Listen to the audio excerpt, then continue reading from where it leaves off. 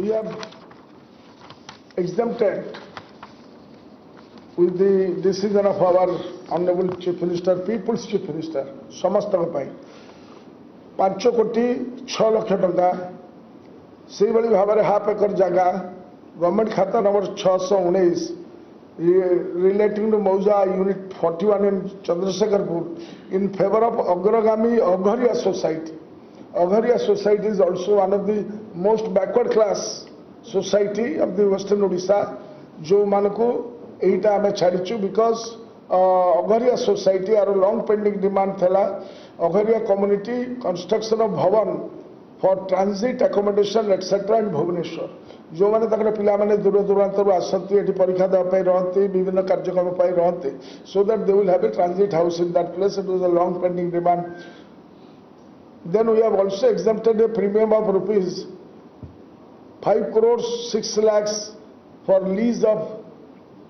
plot number 457 area, again half acre area, relating to Mauza Unit 41 Chandrasekharpur for construction of Gond Bhavan. Gond जो जातिर लोक माने अच्छी, they are also backward class and they are also very most backward classes in some places. जो मानकर गोटाए अपनापन तंगर परिचय परिभाषा पाई से माने बहुत डिमांड करथिले हम प्रिय मुख्यमंत्री के पाखरे. They have been also allotted and a waiver of 5 crores 6 lakhs has been done for them. The next exemption which we have done is for a land at Dumduma, that is around half acre plus 50 decimal. इस जगह हमें देइचे संत भीम भोई महिमा Alekh trust को जो माने बगायत की सम जगह रे एक कार्यक्रम हवा पाई जाउछि. ये सब कार्यक्रम सहित वन गुड न्यूज जो गोटा का 70 वर्ष है पेंडिंग थला जे आमर हाउसिंग बोर्ड एवं अन्यान्य सीएमसी बीएमसी अलग मान जरिया जो 10% प्रीमियम टा जोटा कमी की 3% आसी थला जोटा आमर जीए लैंड पाई हो नथला बीडीए हाउसिंग बोर्ड केवल माने जोटा ही पर नथला पार तनकर that was to become bring equilibrium ए कार्यक्रमटा करा जायछि एवं वर्तमान 70 वर्ष पेंडिंग डिमांड ऑफ द जोटा फ्री होल्ड लैंड बोली कहा जाउथला सेटा को हम पार कर दलु समस्त उपाय when you apply one set of law it will be applied equitably to for everybody in Bhubaneswar. This is 70 वर्ष पेंडिंग डिमांड को आज हमारे प्रिय मुख्यमंत्री clear करछथि. These are the highlights of the cabinet decision apropos allotment of land and otherwise. Now I request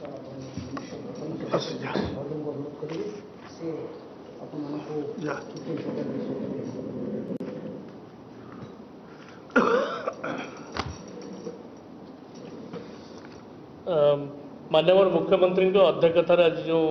cabinet बैठक अनुष्ठित होता से बहु गुरुत्वपूर्ण निष्पत्ति मान नि एवं सेमध्यु अन्य एक गुरुत्वपूर्ण निष्पत्ति होची खाद्य सुरक्षा योजना रे समस्त हिताधिकारी परिवार को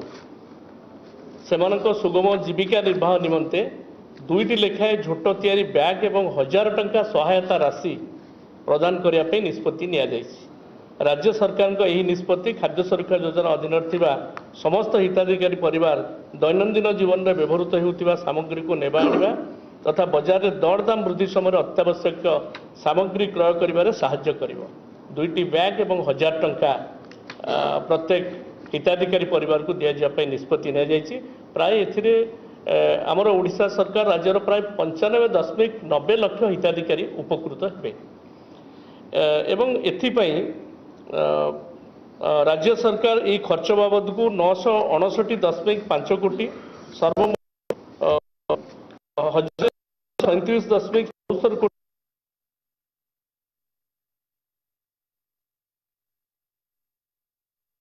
निष्पत्ति आज ग्रहण कराई जहाँ फल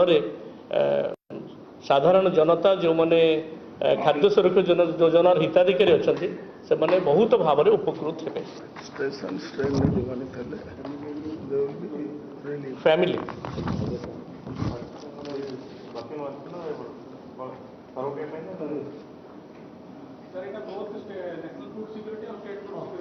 ସମସ୍ତେ 95.90 ଲକ୍ଷ ହିତାଧିକାରୀ ଖାଦ୍ୟ ସୁରକ୍ଷା ଯୋଜନାରେ ଯେଉଁମାନେ ଅଛନ୍ତି ଷ୍ଟେଟ୍ ସବୁ ଦୁଇଟି ବ୍ୟାଗ୍ ଏବଂ 1000 ଟଙ୍କା ବର୍ତ୍ତମାନର ଯେଉଁ ଖର୍ଚ୍ଚ ଦିଆଯାଇଥିଲା। ବଢ଼ିଛି ବିଗତ ଦିନରେ ମଧ୍ୟ ବିଭିନ୍ନ ସମୟରେ ଯେତେବେଳେ ଷ୍ଟ୍ରେସ୍ରେ ରହିଥାନ୍ତି ହିତାଧିକାରୀ ମାନେ ସେ ସମୟରେ ଦିଆଯାଇଥିଲା ବର୍ତ୍ତମାନ 1000 ଟଙ୍କା ଦିଆହେଉଛି ଏବଂ ଦୁଇଟି ବ୍ୟାଗ୍ ଦିଆଯିବା ପାଇଁ ନିଷ୍ପତ୍ତି ଏବଂ ନେକ୍ସଟଟା ହେଉଛି ଆମର ମା ସମଲେଶ୍ୱରୀ ମନ୍ଦିରର ଭବ୍ୟତାକୁ ପ୍ରତିପାଦନ କରିବା ଭକ୍ତଙ୍କ ଅନୁଭୂତି ବୃଦ୍ଧି ସମ୍ବଲପୁର ଓ ଓଡ଼ିଶାର ପର୍ଯ୍ୟଟନ ଭିତ୍ତିକ ଅର୍ଥନୀତିକୁ ପ୍ରୋତ୍ସାହିତ କରି ସ୍ଥାନୀୟ ଲୋକଙ୍କ ଆର୍ଥିକ ସୁଯୋଗ ସୃଷ୍ଟି କରିବା ସହ ମନ୍ଦିର ଚାରିପାଖରେ ଅନ୍ୟାନ୍ୟ ପ୍ରକଳ୍ପର ବିକାଶ କରିବା ଲାଗି ସମଲେଶ୍ୱରୀ ମନ୍ଦିର କ୍ଷେତ୍ର ପରିଚାଳନା ଏବଂ ସ୍ଥାନୀୟ ଅର୍ଥନୈତିକ ପଦକ୍ଷେପ ସମଲେଇ ଯୋଜନା 17/2/21 ଆରମ୍ଭ ହୋଇଥିଲା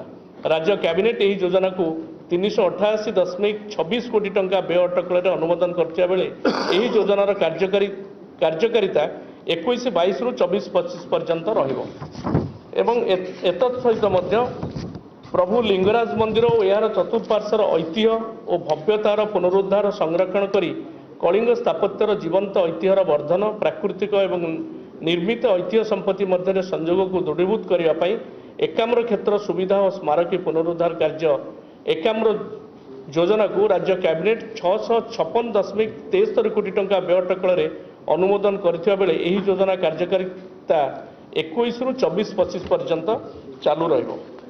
ଏତତ୍ ସହିତ ଆଜିର କ୍ୟାବିନେଟ୍ରେ ଆଉ ଏକ ଗୁରୁତ୍ୱପୂର୍ଣ୍ଣ ନିଷ୍ପତ୍ତି ନିଆଯାଇଛି ଯୁବକ ଛାତ୍ରମାନଙ୍କ ପାଇଁ ରାଜ୍ୟର ଏ ଯୋଜନାର ନାଁ ହେଉଛି ସ୍ୱୟଂ ଯୋଜନା ରାଜ୍ୟର ଯୁବଶକ୍ତିଙ୍କୁ ଆତ୍ମନିର୍ଭରଶୀଳ କରି ସ୍ୱତନ୍ତ୍ର ଯୁବ ଉଦ୍ୟମୀ ଭାବେ ଗଢ଼ିବା ପାଇଁ ରାଜ୍ୟ କ୍ୟାବିନେଟ୍ ଆଜି ଏହି ନୂଆ ଯୋଜନା ସ୍ୱୟଂକୁ ଅନୁମୋଦନ କରିଛନ୍ତି ସମସ୍ତ ଗ୍ରାମୀଣ ବେରୋଜଗାର ଯୁବକ ଯୁବତୀ ଅଥବା ପୂର୍ବରୁ ସମସ୍ତ ପ୍ରକାରର ବ୍ୟବସାୟ ଉଦ୍ଦେଶ୍ୟରେ କେନ୍ଦ୍ର ରାଜ୍ୟ ସହାୟକ କୌଣସି ଯୋଜନାରେ ଋଣ ନେଇନଥିବା ଅଥବା ଋଣ ନେଇ ସମ୍ପୂର୍ଣ୍ଣ ଋଣ ପରିଶୋଧ କରିଥିବା 18ରୁ 35 ବର୍ଷ ବୟସ ବର୍ଗର ଇଚ୍ଛୁକ ଯୁବକ ଯୁବତୀଙ୍କୁ ଏକ ନୂତନ ବ୍ୟବସାୟ ଆରମ୍ଭ କରିବା ପାଇଁ କିମ୍ବା ବର୍ତ୍ତମାନର ପ୍ରତିଷ୍ଠିତ ବ୍ୟବସାୟକୁ ସମ୍ପ୍ରସାରଣ କରିବା ନିମନ୍ତେ 1 ଲକ୍ଷ ଟଙ୍କା ପ୍ରକଳ୍ପ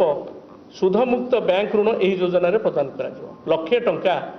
ଇଣ୍ଟରେଷ୍ଟ ଫ୍ରି ଲୋନ୍ ଦିଆଯିବ ଯେଉଁମାନେ ଇଚ୍ଛା ପ୍ରକାଶ କରିବେ କିଛି ନୂଆ କାର୍ଯ୍ୟକ୍ରମ ଆରମ୍ଭ କରିବା ପାଇଁ କିମ୍ବା ଯଦି ତାଙ୍କର କିଛି ଯୋଜନା ଚାଲିଥାଏ ତାକୁ ବଢ଼ାଇବା ପାଇଁ ଏବଂ ଏଥିପାଇଁ 18ରୁ 35 ବର୍ଷ ବୟସ ସୀମା ରହିଛି ଏବଂ ଆବେଦନକାରୀମାନଙ୍କ ପାଇଁ ସର୍ବୋଚ୍ଚ ବୟସ SC ST ଏବଂ PWD ବର୍ଗର 40 ବର୍ଷ ପର୍ଯ୍ୟନ୍ତ ରହିଛି ଏବଂ ଏଥିରେ ଆଉ ଗୋଟେ ଜିନିଷ ମୁଁ ଜଣାଇଦେବା ପାଇଁ ଚାହୁଁଛି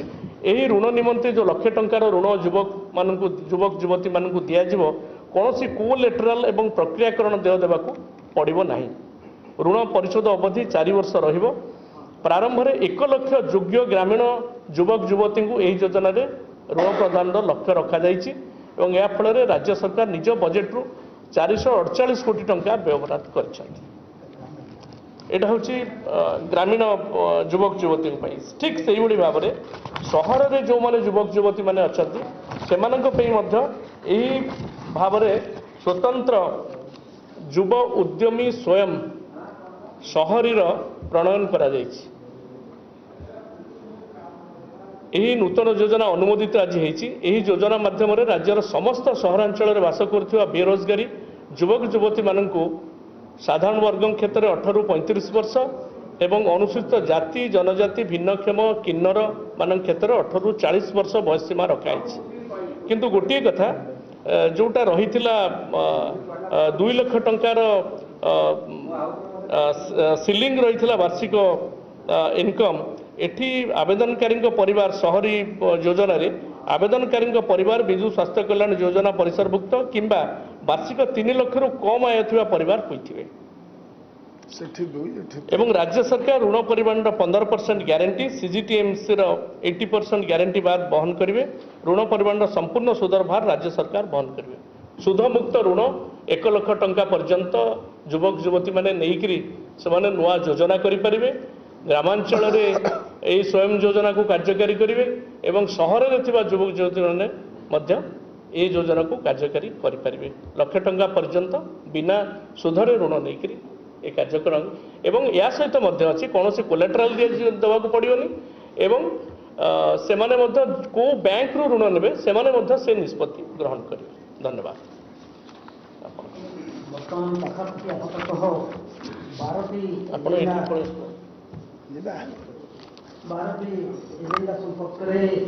ଆମ ଦୁଇ ଜଣ ମାନ୍ୟବର ମନ୍ତ୍ରୀ ଆପଣମାନଙ୍କୁ ସୂଚନା ଦେଲେ। ଆଉ ଯେଉଁ କିଛି ରହିଲା ତାର ଉପରେ ମୁଁ ଟିକେ ଧାରଣା ଦେବି। ଶୁଣୁନି ଆପଣ ଏଇଠି ବସନ୍ତୁ। ଆପଣ ଏଠି ପଳେଇ ଆସନ୍ତୁ, ଆମେ ଯାଉଛୁ। ଆମେ ଆସିବୁ ଆଜ୍ଞା। Thank you. 70 ବର୍ଷ ପରେ ହେଲା